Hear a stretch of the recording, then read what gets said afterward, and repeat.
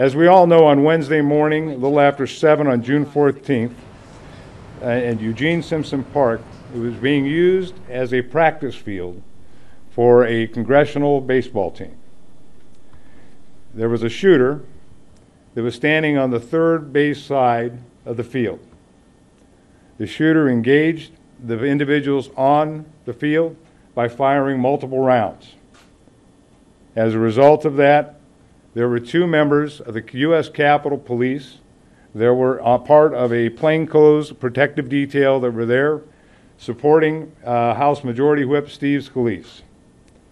Those 2 individuals, that would be Special Agent David Bailey and Special Agent Crystal Greiner, were involved in stopping the initial assault by that particular shooter.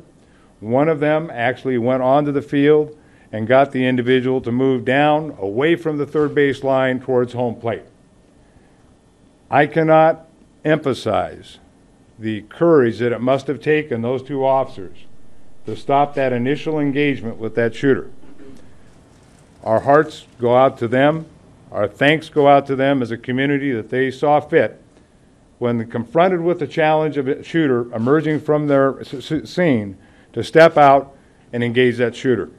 At 7:10, Alexandria police officers were dispatched to the call.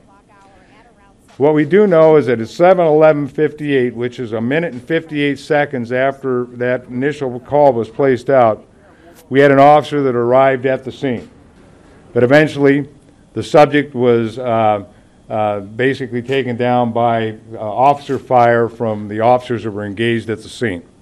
That would include U.S. Capitol Police officers as well as Alexandria police officers. At that point, the scene initially was considered to be neutralized.